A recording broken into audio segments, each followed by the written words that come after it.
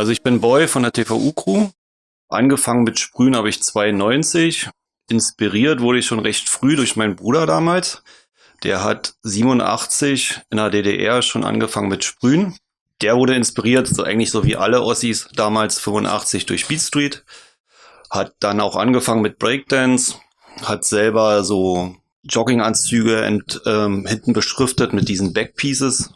Da kann ich mich noch erinnern, dann hat er sein Zimmer selber angemalt. Das war dann so New York Skyline gewesen und unten ist die U-Bahn lang gefahren, wo Bronx drauf stand. Das war alles so die Inspiration von Beat Street. Das hat er mir selber erzählt, das hat er auch 20, 25 Mal im Kino gesehen. Und 87 hat er dann angefangen, bei uns im Ort zu sprühen. Der hatte dann Cans bekommen von meinem Onkel aus Ulm und das waren sogar die ersten Multona-Cans gewesen. Die kamen irgendwie 87 raus und da hatte er schon die ersten bekommen. Die waren eigentlich zum Fahrradlackieren gewesen und er hat damit angefangen, das kann ich mich erinnern, die Zunge von den Rolling Stones zu sprühen und die war auf einmal bei uns überall im Ort gewesen. Und das war das erste Mal, dass ich so Graffiti gesehen habe. Ja, und dann kam 89 die Wende und da habe ich dann angefangen, so ein bisschen die Welt zu erkunden. Bin sehr oft mit der S-Bahn rumgefahren und habe so die ersten Sachen wahrgenommen, aber ganz, ganz dunkel. Also ich kann mich erinnern, so Bornholmer Straße, wenn man da noch so diesen Todesstreifen lang gefahren ist mit der S-Bahn. Also ich bin immer aus dem Osten, dann Richtung Schönhauser Allee gefahren. Da habe ich dann immer schon irgendwelche Sachen wahrgenommen, aber noch nicht so richtig.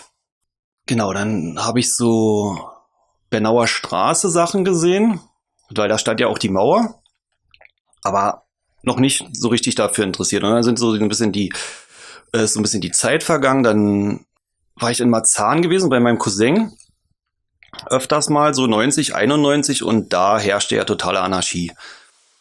Also ich kann mich erinnern, da habe ich den S-Bahnhof Arnsfelde gesehen, der war immer komplett eingedroschen gewesen, komplett zugeschmiert und da kann ich mich an das erste Tag erinnern, was ich wirklich gelesen habe, das war ADK und das hieß Attentäter der Kunst. Und das hat sich bei mir so richtig eingebrannt, also da war wirklich so also es war alles zugetaggt, es war alles zerstört, es war komplette Anarchie in Marzahn gewesen. Also das habe ich so nie wieder gesehen. Also und da war auch, ja, es gab kein Gesetz. Also es gab eine Menge Nazis auf jeden Fall in Marzahn. Man musste immer rennen, weil die teilweise so richtige Menschenjagden veranstaltet haben. Da ging es auch los, dass ich dann angefangen habe, so mit meinem Cousin so ein bisschen rumzukritzeln. Also wir haben uns dann irgendwie so Collie-Marker gekauft. Bei MacPaper war das damals gewesen und haben dann so angefangen, irgendwelche Kritzeleien zu machen, aber ohne, dass wir überhaupt wussten, was wir da machen. Wir haben es einfach gemacht. Und ich bin dann irgendwann auch auf eine andere Schule gewechselt und musste jeden Tag 2 Stationen mit der S-Bahn fahren. Und da habe ich dann auch immer in der S-Bahn rumgekritzelt und habe irgendwelche Zeichen gemacht und hatte so angefangen erstmal mit meinen Initialien und dann habe ich irgendwann mir mal einen Namen ausgedacht und das halt immer so rumgeschmiert und dann S-Bahn-Surfen gemacht. Das war halt so normaler Standard gewesen. Und das muss alles so 91, 92 gewesen sein. Und dann kam ich auf die Idee, mal so mein erstes Piece zu sprühen. Und das habe ich dann mit 2 Schulfreunden gemacht. Und da haben wir dann auf dem Weg zur Schule, haben wir das erste Piece gesprüht. Das war ein Tof. Ich weiß auch bis heute nicht mehr, wie wir auf diesen Namen gekommen sind. Jedenfalls nannten wir uns Phaser, Zeus und Ahoff. Und ich war Phaser gewesen. Und das Piece war auch chromschwarz gewesen. Also das waren so meine Anfänge gewesen. Und das war total geil gewesen. Also man hat Fotos gemacht, hat das total gefeiert jeden Tag, wenn man zur Schule gegangen ist. Und ja, da fing das eigentlich so richtig an. Das nächste hatte ich dann so Bock, mal ein Buntpiece zu machen, habe mir dann auch so Cans gekauft. Das war noch bei mir im Ort im Haushaltswarenfachgeschäft. Da habe ich mir dann so Sparwa-Cans gekauft. Und da habe ich dann das erste Piece bei mir am Bahnhof gemalt. Das war so ein Markea mit Charakter, bunt. Und ja, immer weiter rumgetaggt, da habe ich auch dann angefangen das erste Mal, also es war dann 93 gewesen und da habe ich dann immer weiter rumgetaggt und dann auch schon mit der Ken in der Bahn getaggt und das war alles möglich gewesen, also es war total easy. Also man jeden Tag zur Schule hin getaggt, auch von der Schule zurückgekommen getaggt, Outside-Tags gemacht, gesurft, also totale Freiheit gehabt, alles, ja, so wie man Lust hatte.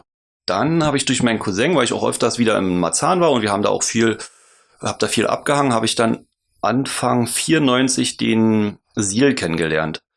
Heute malt der Prinz. Der hatte schon richtig was drauf gehabt. Also der hat wirklich geile Entwürfe gemalt. Der wusste auch schon so, dass es Buchstaben ging, dass man so Namen und dass man so mit Schwung und Ja, da habe ich das erste Mal gesehen, so richtig, dass er sich mit Buchstaben und Namen auseinandergesetzt hat. Und da hatte ich mir dann auch den ersten Namen so ausgedacht, das war dann Barco gewesen. Und den habe ich dann auch angefangen zu malen. Also habe ich dann auch so Entwürfe gemacht und getaggt. Aber hauptsächlich habe ich wirklich nur getaggt und so Throw-ups gemacht. Das war so das Erste, weil immer so mit Buchstaben, das war immer nicht so ganz meins. Das hat mir nicht immer so richtig Spaß gemacht. Ich habe dann eher so teilweise Characters gemalt. Das war so eher meins und ja, da ging es dann immer weiter los. Mein Bruder war damals 15 gewesen, als er Beat Street gesehen hat und das war ja genau das Alter gewesen, wo die alle so heiß drauf waren und das war ja komplett neu gewesen und in der DDR wurde das ja komplett gefördert, dieser Film. Der hat dann mit Breakdance angefangen und der hat mit seinen Kumpels, also ich weiß gar nicht, wie groß die Gang da damals waren, die haben auf dem Alexanderplatz, haben die Breakdance getanzt und die Musik haben die tatsächlich mit einem Kassettenrekorder im Kino aufgenommen. Das war wirklich dieser Standard gewesen, was fast alle gemacht haben und das haben auch die gemacht. Deswegen waren die auch so oft teilweise im Kino gewesen, weil die immer die Musik aufgenommen haben und teilweise hat es nicht geklappt und sich natürlich auch die Moves angeguckt haben und sich die irgendwie auswendig gelernt haben und dann umgesetzt haben, ja. Bin halt jeden Tag mit der S-Bahn gefahren und da habe ich dann, also das war so eher so 93, wo ich dann auch die ersten besprühten Züge wahrgenommen habe. Bin immer nach Bernau gefahren. Da im Lehrer kann ich mich erinnern, habe ich das erste Mal einen Charakter gesehen, das war ein Peter Pan. Ich habe dieses Teil nie wieder irgendwo auf dem Foto oder sonst irgendwas gesehen, aber das hat sich bei mir so eingebrannt und da war das auch, wo ich dann auch ziemlich oft besprühte Züge gesehen habe, aber ich war noch gar nicht so weit, dass ich mich da richtig so für interessiert habe, geschweige denn, dass ich mir das angeguckt habe und das entziffern konnte. Aber ich habe auf jeden Fall mitgekriegt, es werden auch Züge besprüht. Ich habe in der Zwischenzeit ja immer nur getaggt, also ich habe alles vollgeschmiert von oben bis unten und dann auch haben wir ja auch angefangen, die Scheiben zu kratzen mit diesen Schottersteinen. Und das erste Mal, dass ich einen Zug bemalt habe, das war Anfang 94 gewesen. Und das habe ich tatsächlich in Bernau gemacht. Auch da, wo ich meine ersten Züge so gesehen habe. Und das war total naiv. Ich bin da auch mit Sparerkens. Ich glaube, da war auch eine Faustdose dabei gewesen. Also es war auch Chrom gewesen. Ich weiß, blaue Outlines und dann so grüne Bubbles habe ich reingemalt. Und da habe ich ein Panel gemalt. Und ich weiß noch, da war dann das Cap verstopft gewesen. Und ich war mit einem Schulfreund und mit meinem Cousin haben wir den Zug gemalt. Ich weiß nicht, wie lange wir da drin waren. Ich würde sagen, eine Stunde habe ich dafür so ein Mini-Panel gebraucht oder mir einfach die Zeit gelassen und habe zwischendurch dieses Cap mit einem Feuerzeug ausgesprüht am Zug, weil es verstopft war. Also raufgedrückt, Feuerzeug vorne rangehalten und so lang und dann kam diese Fontäne da vorne raus und das am Zug. Und ich hatte überhaupt gar keinen Plan. Ich wusste gar nicht, was in Bernau schon alles gemalt wurde, was da eigentlich schon abging, aber es kam niemand. Es war alles easy gewesen. Wir haben das Ding fertig gemacht, haben Fotos gemacht. Und am nächsten Tag dann, das war das Größte gewesen, wo dann dieser Panel lang gefahren ist. Ich habe also bestimmt den ganzen Tag an der Strecke gestanden. Das war zwischen Karo und Blankenburg, da konnte man super gucken. Da ist der dann oben so lang gefahren und da habe ich dann nur gestanden und diesen Panel mir angeguckt. Also stundenlang. Das Wetter war herrlich gewesen. Und das war so meine erste Erfahrung mit dem Zug. Und da habe ich das erste Mal geschnallt, wie geil das ist. Du sprühst einen Zug an und dann fährt dein Bild da lang durch die ganze Stadt. Alle sehen das. Und das war so der Anfang gewesen. Den zweiten Panel habe ich dann mit Siel in Friedrichsfelde Ost gemalt. Wir wussten auch nicht, was da schon alles abging. Also dass dieses Layup oder dieses Yard, war es ja in dem Sinne, eigentlich schon richtig auseinandergenommen wurde zu dem Zeitpunkt, weil das war auch Anfang 94, jedenfalls auch wieder rein mit irgendwie Faustkens, Sparerkens, mit Entwurf gemalt und das hat keine 20 Minuten gedauert, wurden wir gebastelt. Der Wachschutz hat uns richtig umgekeilt, weil ich wusste ja zu der Zeit ja noch gar nicht, was eigentlich schon alles so abging in dieser Szene. Also, ne, dass da schon teilweise Leute umgehauen wurden oder Beefies da mit Pistolen bedroht wurden. Jedenfalls waren die sehr rabiat gewesen, haben zu Boden, zack, uns mitgenommen. Dann wurden wir vorne in die Halle gebracht. Saß ich auf dem Stuhl, so Handschellen hinterm Rücken. Da habe ich das erste Mal Kühn und Steinberg kennengelernt. Wie die beiden reinkamen, große Fresse gehabt. Waren damals die leitenden Kommissare von der Kripo, also Graffiti in Berlin. Das war eine Sonderkommission Kommission von der Kripo gewesen und das waren die leitenden Ermittler gewesen. Und das waren so eigentlich so die verhasstesten Kommissare in der Szene gewesen, weil die sehr präsent waren, also auch in den Medien und wahnsinnig, ja, unangenehm waren von ihrer Art und Weise. Das war die erste Begegnung gewesen. Und nach dem Vorfall habe ich dann auch meinen Namen komplett geändert, habe ewig überlegt, habe ich gedacht, was mache ich für einen Namen? Und da habe ich auf den Namen Boy gekommen, habe ich gedacht, geil, Boy ist ein geiler Name, habe ich so in Berlin noch nicht gesehen, habe ich irgendwie auch in Max noch nie gesehen, den nehme ich. Und zu dem Zeitpunkt habe ich mir auch geschworen, ich werde mich nie wieder basteln lassen beim Sprühen. Und das war auch so gewesen, also die haben mich mit dem Namen Boy nie gebastelt.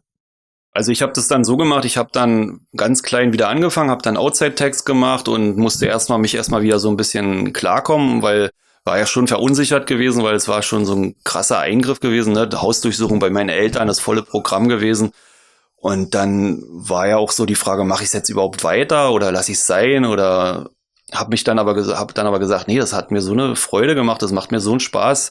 Hab dann weitergemacht und was ich meinte, ich habe dann klein angefangen, habe Throw-Ups gemacht und habe dann eigentlich vorwiegend Backjumps gemacht. Das heißt, ich habe in Zepanik, da stand der Zug immer so 5, 6 Minuten und habe da wahnsinnig viele Panels gemalt, so Throw-Up-Panels, also ganz schnelle Bombings, weil da war so ging es bei mir los, dass ich meinen Namen an jedem Zug haben wollte. Ich wollte einfach dieses Bombing-Ding durchziehen.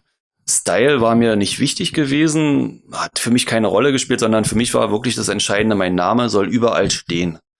Ob Tags, ob Throw-Up, ob Bombings oder sonst irgendwelche Sachen. Und dann so ganz langsam habe ich dann angefangen, auch in die Layups reinzugehen, habe dann auch einige Leute kennengelernt, dann sind wir immer zusammen reingegangen und da habe ich dann auch angefangen, ne?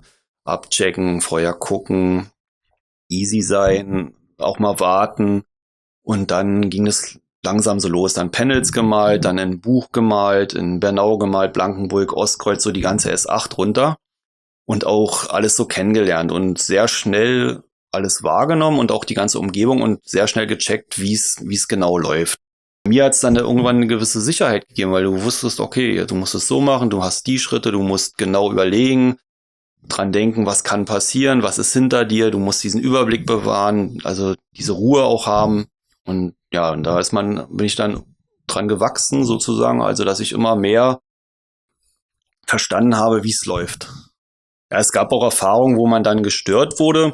Da war das dann zum Anfang so gewesen, dann ist man auch gegangen.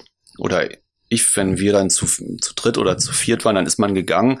Aber man hat auch ganz schnell, oder ich habe für mich dann irgendwann gemerkt, ich will die Sachen auch fertig haben und dann habe ich sie auch fertig gemacht. Dann war das egal gewesen, weil man hat gemerkt, man hat einen gewissen Vorsprung, hat eine Schnelligkeit irgendwann entwickelt und wusste dann, okay, ich habe jetzt sowieso mein Fill-In, jetzt mache ich die Outlines Second, das dauert noch 2, 3, 4 Minuten und dann bin ich weg und dann ist gut. Ich wurde auf jeden Fall irgendwann immer abgebrühter und ja, es hat mich halt wenig beeindruckt dann teilweise. Das Einzige war dann natürlich, wenn jetzt BGS gekommen ist oder Wachschutz, hatte man zum Anfang auch noch Respekt gehabt, aber das hat dann auch immer mehr nachgelassen, wenn man gemerkt hat, okay, man kann sich ja halt auch verteidigen, in welcher Form auch immer. Also das war dann 94, waren wir eigentlich so ein cooles Team gewesen. Das war damals Sio gewesen und Lob, der war aus meiner Gegend gewesen und wir haben dann so angefangen, ja, immer zu dritt so ein bisschen abzuhängen und haben dann auch angefangen, immer mehr Züge zu malen. Wir waren zum Beispiel Weidmanns Lust oft gewesen, haben am Tag da gemalt. Das war dann so, das haben wir irgendwann mal entdeckt und war easy und dann haben wir da gemalt. Das ging auch immer klar. Und irgendwann haben wir dann gedacht, ja, wir können auch mal einen Hulker malen. Weil, ne, jeder hat schon mal einen Hulker gesehen. Ich kannte das auch und das war so, ja, war irgendwie coole Idee gewesen. Ja, und da sind wir nach Wannsee gefahren, weil Sio kannte die Stelle schon und meinte, da ist ein durchgehender Laufsteg und da steht dann vorne im kleinen Wannsee-Layup steht immer ein Zug drin. Ja, sind wir hingefahren, stand auch ein Raumschiff drin, sind da einfach rangegangen und jeder hat sein T2B gemalt, Silber, Hulker, Background und dann war der erste Hulker gemalt. Fotos gemacht und weggegangen und alles war easy gewesen. Ja, und dann zwischendurch habe ich aber immer noch Panels gemalt. Wie gesagt, das war alles so 94 gewesen, das muss so August, Oktober 94 gewesen sein.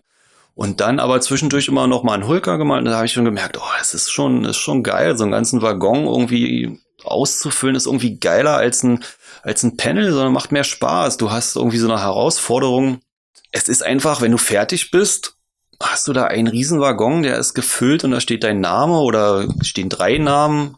Also du kannst dich irgendwie, also das hat mich irgendwie wahnsinnig angezickt. Also zum Anfang, wo ich so großflächig die Waggons besprüht habe, habe ich schon gemerkt, oh, es braucht schon mehr Cans. Und dann fingen wir auch an, Cans zu klauen. Also ich fing dann an, Cans zu klauen. Bin dann in Autozubehörläden reingegangen oder in Baumärkte, habe dann alles abgegrast und habe einfach gemerkt, das ist easy, kannst du alles einpacken, gehst du raus. Ab und zu mal so Caps gekauft, das weiß ich noch bei Ben oder in Schlachtensee. Anfangs habe ich tatsächlich nur auf Laufstegen gemalt, weil ich habe in Weidmanns Lust gemalt und in Wannsee. Das waren so die einzigen Sachen und alles andere. Ich glaube, meinen ersten Kletterholka, den habe ich ja stimmt, den habe ich in ein Buch gemalt und da das erste Mal geklettert. Da war nur so ein Stücke, ein Viertel war mit Laufsteg und der Rest musste man klettern, aber das habe ich ganz schnell gemerkt, dass es eine total einfache Nummer ist. Also, weil du hast alles, du hast einen Griff an der Tür, du hast oben die Regenrinne und du hast unten dieses Trittbrett und da konntest du dich super lang hangeln und es ging einwandfrei. Ich habe ja auch eine gewisse Größe, konnte mich gut festhalten, hatte Platz, konnte mich zurücklehnen. Das war jetzt nicht das Problem gewesen, also es hat mich nicht aufgehalten. Ja, so haben wir dann praktisch angefangen, dann so Hohlkas zu malen, in Bernau auch. Da war es ein bisschen einfacher gewesen, da hattest du so den Zaun, da konntest du dich praktisch mit dem einen Fuß auf den Zug stellen, mit dem anderen auf den Zaun und konntest dich so abstützen. Das war immer gut gewesen, hat man nur nicht so gute Fotos gekriegt, das war immer so ein bisschen von Nachteil. Musste man warten, dass der dann rausgefahren ist. Ende 94 habe ich dann True kennengelernt. Durch Lob damals. Und mit True habe ich mich sofort verstanden. Also wir waren eine Wellenlänge. Er hat auch schon, ich hatte den damals mal schon gesehen, weil er wahnsinnig viele Inside-Tags auch hatte. Und da bin ich dann einfach mal zu ihm nach Hause, hab geklingelt, hab gesagt, du hast du Bock, Tanken zu fahren? Und dann ab da an waren wir wie so ein Tag-Team gewesen. Wir sind jeden Tag losgegangen, haben nur Tags gemacht, wie die Weltmeister. Also wirklich, die Waggons sahen teilweise aus, das war schon nicht mehr normal gewesen. Auch innen und außen und S-Bahn surfen und Backjumps gemacht. Das ging so rein, dann nach 95 rein und da war ja dann am 13. Januar 95 war ja diese riesen Hausdurchsuchung in Berlin gewesen, wo ja danach erstmal in der Szene komplette Funkstille war. Das heißt, also die Soko Graffiti hat am 13. Januar 95, Freitag der 13. Hausdurchsuchung gestartet in ganz Berlin und ich weiß nicht, also wahnsinnig vielen aktiven Sprühern und haben da auf jeden Fall ordentlich Tabula Rasa gemacht und danach war erstmal Ruhe. Und das haben wir dann auch festgestellt, oder ich habe das festgestellt, dass weniger gemalt wurde. Ich habe ja zu dem Zeitpunkt immer noch gemalt und die Züge wurden aber immer schneller rausgezogen, weil halt nicht mehr so viel gesprüht wurde. Das heißt, ich habe ein Panel gemalt und der ist dann 1, 2 Runden gefahren und dann wurde der rausgezogen. Und das hat mich irgendwann so dermaßen genervt, dass ich dann angefangen habe, mit Trud zusammen so Züge zu pocken. Also das heißt, die Scheiben einzuhauen, dass unsere Züge fahren. Also das heißt, ne, wenn du 3, 4 Züge pockst, müssen sie die rausziehen. Unser Zug, der besprühte Zug, kann dann noch eine Weile fahren. Das hat aber auch nicht lange funktioniert. Das ging dann auch immer nur so 2, 3 Tage. Und wir wollten eigentlich, dass unsere Züge, so wie wir das kannten, so aus New York und so, dass die einfach mal 1 Woche, 2 Wochen fahren. Das wollten wir einfach, aber es hat nicht funktioniert. Und da haben wir dann auch zu dem Zeitpunkt auch RAF gegründet und haben noch eine Schippe raufgelegt, weil wir dann auch wieder angefangen haben, so Panels zu malen und End-to-Ends und wie gesagt, diese unzähligen Inside-Tags. Und dann von einem Tag auf den anderen war das gewesen, dass ich zu True meinte, pass auf, ich habe die Faxen dicke, ich habe keine Lust mehr ins Leer zu laufen, hier End-to-Ends zu machen, die keine Sau sieht. Lass uns einfach nur noch Holkas machen. Und True war sofort dabei und dann ging das los, dass wir dann erstmal ohne Ende RAF-Holkas gemacht haben, auch immer schön unsere Tags reingemacht, unsere Namen und volles Programm. Und das war der absolute Knaller. Also das war so geil gewesen. Wir haben vorzugsweise Chrom-Holkas gemacht, weil das ging am schnellsten damals. Mit den Beltenchrom konnte man am schnellsten füllen. Wir haben auch zwischendurch Bunt-Holkas gemacht, aber das war einfach, das Risiko stieg natürlich dadurch, dass dieses Füllen gedauert hat, war natürlich das Risiko, dass irgendwann jemand kam. Und wir haben auch die Holkas alle ohne Leiter gemacht. Das waren alles komplette Kletterholkas gewesen. Also das heißt, hoch beim Vorziehen, füllen, hoch, hoch, runter, hoch, runter. Dann Outlines auch wieder hoch, dann wieder runter und Background. Also wir waren da nur am Klettern und springen und machen und tun. Das ging wirklich so von April 95 so erstmal 2, 3 Monate komplett durch und das war so täglich gewesen, das war volles Programm gewesen. Der Tagesablauf bestand praktisch daraus, zur Schule zu gehen, so gut wie es ging, dann Dosen zu klauen, Filme zu klauen, bei Schlecker damals 400er Filme geklaut, dann die Fotos geklaut, die man zum Entwickeln abgegeben hat, abends abchecken gegangen, gemalt und das war eigentlich so tägliches Business gewesen. Also Fotos zu machen von S-Bahnen, die ich gemalt habe, das war das Wichtigste für mich gewesen, weil das ist einfach dieses Zeitzeugnis. Also das ist auch immer noch heute so, wenn ich mir die Fotos angucke, ich weiß genau, wo ich war, ich weiß, mit wem ich da war und ich kann mich auch teilweise wirklich an so Kleinigkeiten erinnern, aber das ist nur, weil ich dieses Foto sehe. Es gibt auch Sachen, da habe ich keine Fotos von. Das ist mir dann so im Nachhinein, hat irgendjemand mal gesagt, ey, kannst du dich noch erinnern, da mussten wir mal botten, aber da haben wir leider kein Foto und das dauert dann wirklich, da muss ich drüber nachdenken. Aber wenn ich das Foto vor mir habe, weiß ich sofort alles. Und das Foto ist das Wichtigste. Und da gab es auch einige Aktionen.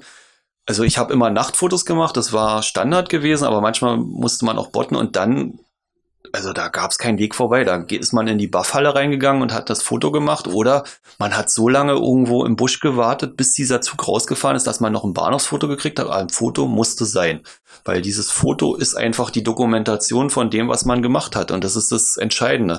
Es war damals sowieso das Geilste gewesen, überhaupt diese Fotos dann irgendwo also sich abzuholen. Also ich habe sie ja immer geklaut und dann saß ich dann zu Hause, hatte diese Nachtcollagen gehabt, jedes einzelne Foto und dann dieses Zusammenkleben, zurechtschneiden und dann am Ende konnte ich mir den Holker angucken und es war so geil gewesen, wie man sich dann so aus diesen kleinen Puzzeln seine Collage zusammengebaut hat. Und alleine schon dieses zu machen, das war das Größte. Das habe ich mich immer schon so drauf gefreut, wenn ich gesagt habe, oh, jetzt kann ich wieder eine Collage kleben. Und das gibt's leider heute nicht mehr. Ne? Das ist halt so komplett verloren gegangen. Heute ist es halt alles digital und damals war es halt analog. Wenn ich jetzt Fotos gemacht habe im Buff, dann bin ich zum Beispiel, also damals war das S-Bahn-Waggons, die wurden auf der Line, wo ich gebombt habe, das war die S8, denn entweder wurden sie in Bernau gebufft oder in Grünau. So, und da musste man halt gucken. Meistens ist man dann halt also ich bin dann nach Grünau gefahren und dann musste man hinten reinlaufen ins Buff und gucken, ob er drinne steht. Und dann ist man einfach, also ich bin dann einfach reingegangen. Das war easy gewesen. Da war noch niemand so richtig, hat da abgecheckt oder so, sondern reingegangen, hat geguckt, wo der Zug steht. Aber das war auch nur, ja, 2-mal, dass ich da reingegangen bin und dann ein Foto. Und dann hat man auch nur so eine beschissenen Seitenfotos gekriegt, weil die meistens dann schon so an der Seite standen, weil die haben die ja von Hand meistens geputzt. Ich glaube, nur in Friedrichsfelde Ost gab es so eine Waschanlage, aber ich bin mir da nicht so sicher. Ich kann mich erinnern, so 95, da war das ja auch so gewesen, wo wir die Holkers gemacht haben, die sind dann morgens rausgefahren und sind direkt ins Buff nach Grünau gefahren. Und das heißt, also wir hatten ja mal die Nachtfotos sowieso gemacht, aber irgendwann hatte ich dann auch gar keinen Bock mehr gehabt, mich morgens hinzusetzen und Tagfotos zu machen. Ich war dann einfach auch so satt gewesen, dass ich dann nur die Nachtfotos hatte und gesagt habe, das reicht mir. Dann kam es aber auch dazu, dass dann natürlich die Soko auf uns sehr schnell aufmerksam wurde, weil es blieb ja nicht nur bei also ich sag mal jetzt Sachbeschädigung durch Graffiti, sondern auch durch die ganzen anderen Geschichten, die da nebenbei liefen, ne, mit den Zügepocken, mit den Tags und alles, was so drumherum war. Wir hatten da auch teilweise ziemliche Auseinandersetzungen mit den Faschos, weil das war immer von Pankow nach Richtung Bernau war komplette Fascho-Gegend gewesen. Und da gab es auch etliche Auseinandersetzungen, die da teilweise im wüsten Steinhagel geendet sind. Also da kann ich mich an eine Sache erinnern, sind wir Blankenburg eingefahren und da stand so eine Meute von 30 Nazis auf dem Bahnhof, die nach Mühlenbeck fahren wollten. Und die haben uns gesehen. Und wir sahen ja auch nicht nie aus so wie früher, sondern immer so, also ordentlich gekleidet. Das war immer so unser Ding gewesen. Also ganz normal halt, also Pullover, Jeans, eine Jacke, so wie man halt so rumgelaufen ist. Aber die haben uns gesehen, sind rein, wir hinten durch die Türen raus, weil wir das schon geahnt haben, jetzt gibt's richtig Keile und dann haben wir die so dermaßen mit Schotterstein beworfen, das war eine totale Schlacht gewesen. Also wir waren praktisch zu zweit gegen 20, 30 Faschos und haben die dermaßen platt gemacht. Und die Beefies, die haben uns natürlich auch schon mittlerweile auf dem Schirm gehabt, weil die haben das natürlich auch alles schon gecheckt, was da abging. Also die wussten ganz genau, okay, jetzt steigen die ein. Einen Bahnhof später war alles zugetaggt und jedenfalls wurde so die Soko auf uns aufmerksam und wir wurden dann auch teilweise richtig beschattet. Also die Leute haben bei uns vor den Türen gewartet oder haben auf dem Bahnhof gewartet, alle in Zivil und das waren richtig, also Trupps gewesen teilweise, das waren so 5, 6 Mann gewesen. Und da haben wir dann irgendwann die Strategie geändert, weil wir immer gedacht, naja, wenn sie uns doch mal basten, wir lassen uns da jetzt nicht die RAF-Sachen andrehen. Und da haben wir dann irgendwann angefangen, einfach irgendwelche Wörter zu malen auf den Waggons. Also wir haben uns dann irgendwelche Sachen ausgedacht. Also wir haben dann auch eine Zeit lang nur noch Doppelhulkers gemacht, weil das dann so wie so eine Challenge war, zu zweit oder da waren auch manchmal andere noch einer, genau, Bock oder Dive waren manchmal mit dabei. Da haben wir zu dritt halt Doppelhulkers gemacht. Wie gesagt, alle geklettert, alle mit Beltencans gefüllt.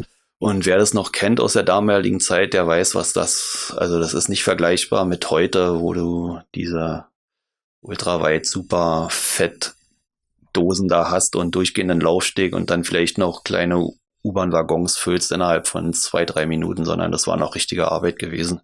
Und da haben wir halt, haben wir es richtig krachen lassen. Aber Tags haben wir trotzdem immer noch reingemacht. Also das musste sein. Also da stehe ich auch heute noch immer noch dazu. Ich finde, auch wenn man so Crewhulker malt, da müssen die Tags rein. Ich verstehe die Logik nicht dahinter, wenn man das macht und keine Tags reinmacht. Das ist für mich nicht nachvollziehbar. Zu der Zeit haben wir dann halt Hulkers gemalt ohne Ende und dann kann ich mich an für mich so ein Schlüsselerlebnis erinnern. Habe ich zufällig in der Buchhandlung damals dieses Buch Sabotage gefunden. Das wurde von OPAC, von der SDK-Crew aus Frankreich, wurde das rausgegeben. Wo ich dieses Buch in der Hand hatte, das war für mich wie so eine Bibel, weil ich hatte bisher nur so diese Overkill-Zeitung und Backjumps, glaube ich, gab's auch schon.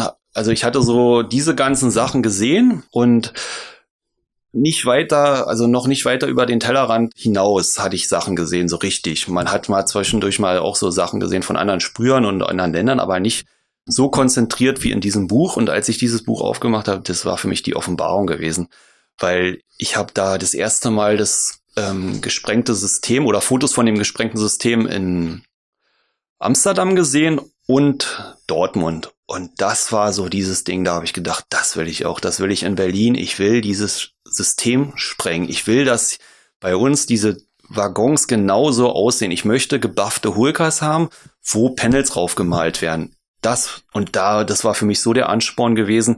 Dann habe ich in diesem Buch das erste Mal diese von OMT Crew, die Hulkers gesehen, also von Kes 53, Neon und Drum. Das hat mich so geflasht, also das flasht mich heute immer noch, wenn ich mir dieses Buch angucke und von 91 diese Hulkers, das geht gar nicht. Also das ist so ein Flash gewesen.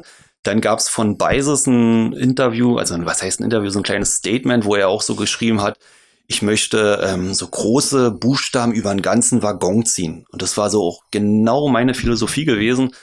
Dann war von Rio ein kurzes Statement gewesen, so nach dem Motto, ja, wir müssen einfach alles zubomben. Es muss alles fahren und dein Name muss dastehen. Und das war so, das hat genau meinen Nerv getroffen und das wollte ich auch. Ich wollte dieses Berliner System knacken. Und das habe ich dann halt versucht, indem ich halt Hulkers gemalt habe. Doppelhulkers oder Hultrains und damit das versucht habe. Aber ganz geklappt hat's leider nicht und bis heute auch noch nicht, meiner Meinung nach. Und wir waren als Berliner auch nie dran gewesen. Mit RAF haben wir auch Streckenpieces gemacht, auch eine ganze Menge so ab Pankow eigentlich so alles runtergebombt. Und da gab es dann irgendwann mal so ein Problem, dass wir ein RAF-Piece zu dicht an ein RCB-Piece gemacht haben. Und da wurde der Kontakt zu Light hergestellt, weil der sich da mit uns mal auseinandersetzen wollte und fragen wollte, was das sollte.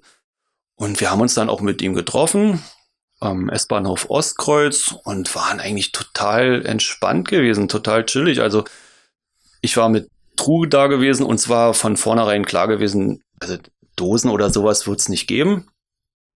Und Light hat sich auch unseren Standpunkt angehört und es war alles easy. Wir haben gesagt, pass auf, wir haben nicht gecrossed, wir sind ein bisschen dicht dran, alles gut. Lass uns einfach zusammen eine Aktion starten, wir bringen Cans mit und dann lass uns einen Hulker malen. Das war der Kontakt zu Light gewesen, der danach ja sehr intensiv wurde, weil er gemerkt hat, wir sind auf einer Wellenlänge, weil er Er war ja schon total bekannt gewesen durch seine ganzen Bombings, also in der ganzen Stadt, überall Light, RCB, dann die Züge waren auch teilweise komplett zugebombt von ihm. Und das war genau unser Ding gewesen und da haben wir wahnsinnig viel dann zusammen gemalt, also und dann auch nur Holkers, also komplett. Und das war dann das ging so bis Oktober 95, dann war bei mir so ein Break gewesen, hatte ich ein bisschen Trouble gehabt mit der Justiz und musste so ein bisschen aussetzen und hatte dann so 96 so eine kleine Pause gehabt. Hatte immer noch weiterhin Kontakt zu Light gehabt und Light kam dann 97 auf die Idee, TVU wieder zu beleben. Das wurde ja 92 von Wham und Fock damals gegründet und wurde auch zum Anfang einiges gemacht. Fock ist ja dann zu RMA gewechselt und Wham hatte das noch ein bisschen so unten in München selbstständig gemacht, aber er hat es dann so ein bisschen einschlafen lassen. Und Light ist dann so auf die Idee gekommen, das Ding wieder zu beleben, weil er fand den Namen The Very Ultimate war der Knaller gewesen. Das fand ich auch. Ich fand es auch super. War eine totale Ansage gewesen. Light hat dann angefangen mit Vega, der damals auch bei TVU war, so zu starten. Und ich war noch so ein bisschen vorsichtig gewesen, weil ich hatte so ein bisschen die Justiz im Nacken und konnte da noch nicht so richtig loslegen. Aber ja, das hat sich dann irgendwann so Mitte 97 oder Anfang Mitte 97 gelegt.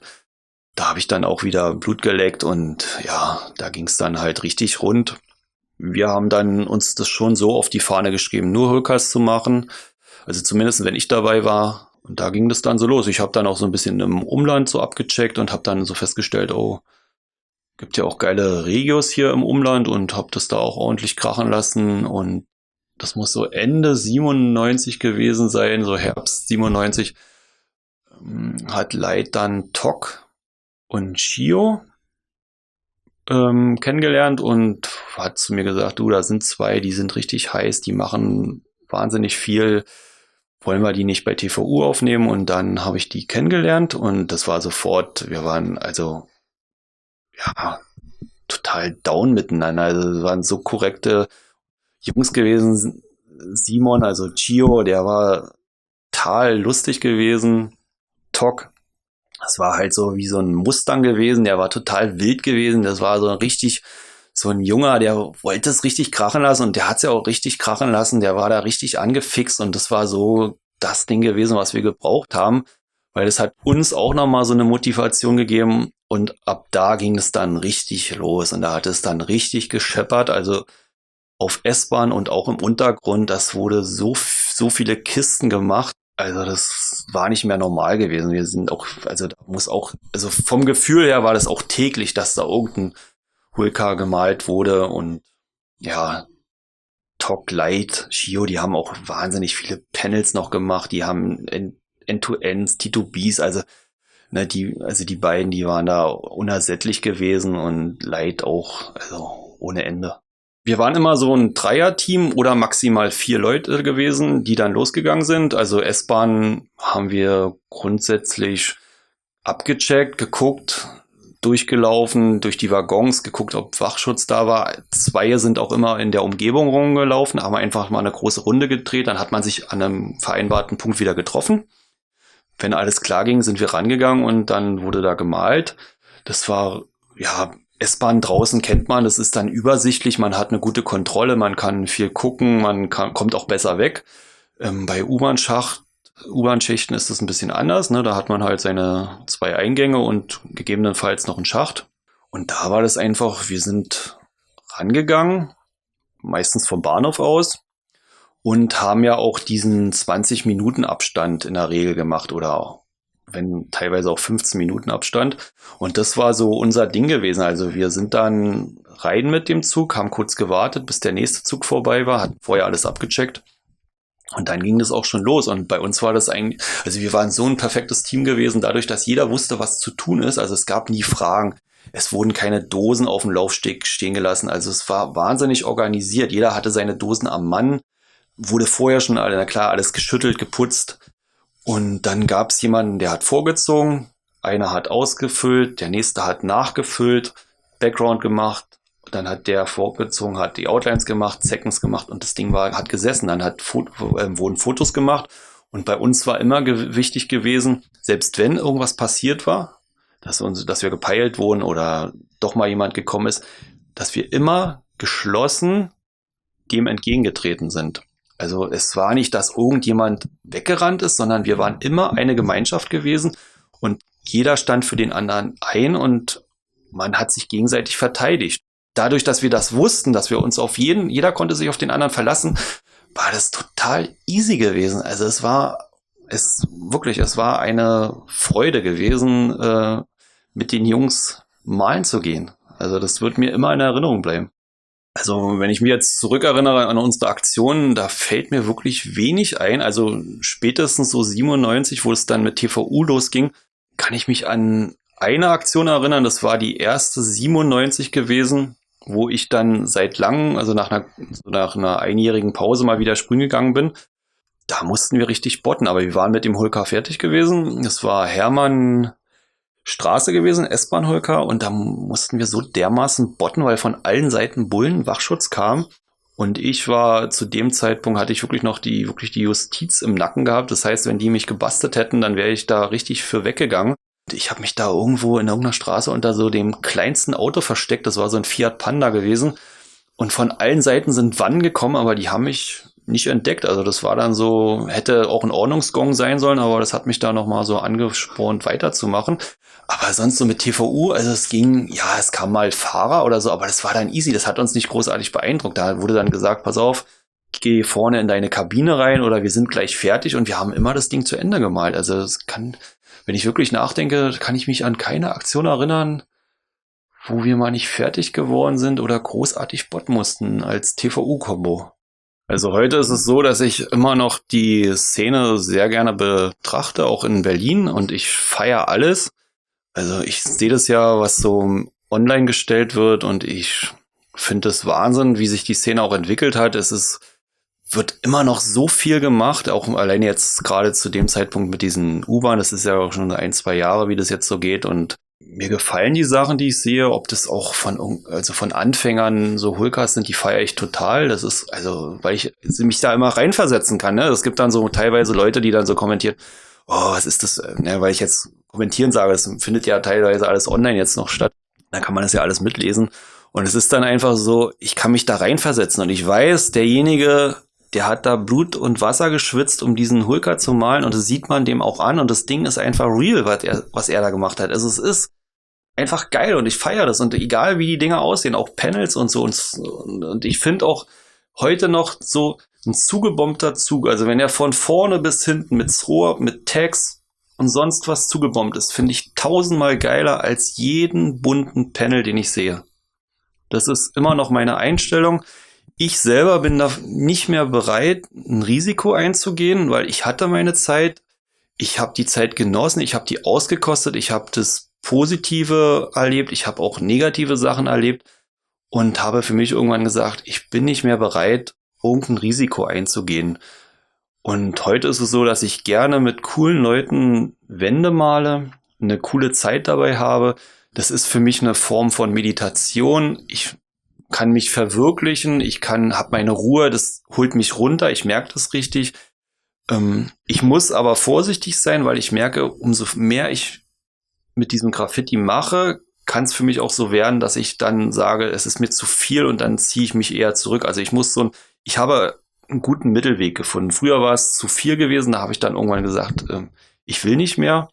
Aber jetzt bin ich so an den Punkt gekommen, dass ich es einfach total genieße, und es macht mir auch total Spaß. Und ich hätte es auch nie gedacht, dass ich irgendwann mal so Wände male, weil das war früher für mich so ein No-Go gewesen, aber jetzt mittlerweile, also ich bin ja diesem Graffiti immer treu geblieben auf einer gewissen Art und Weise, auch wenn ich teilweise jahrelang nicht am Start war, so, aber ich habe das ja immer beobachtet, also ich kenne mich ja trotzdem aus und kriege ja auch viele Sachen mit, und auch die ganze Entwicklung in Berlin. Kann da auch nur sagen, also Berlin ist einfach eine wahnsinnig bunte Stadt, und auch so viele individuelle Leute, die malen, und das ist einfach schön anzusehen. History.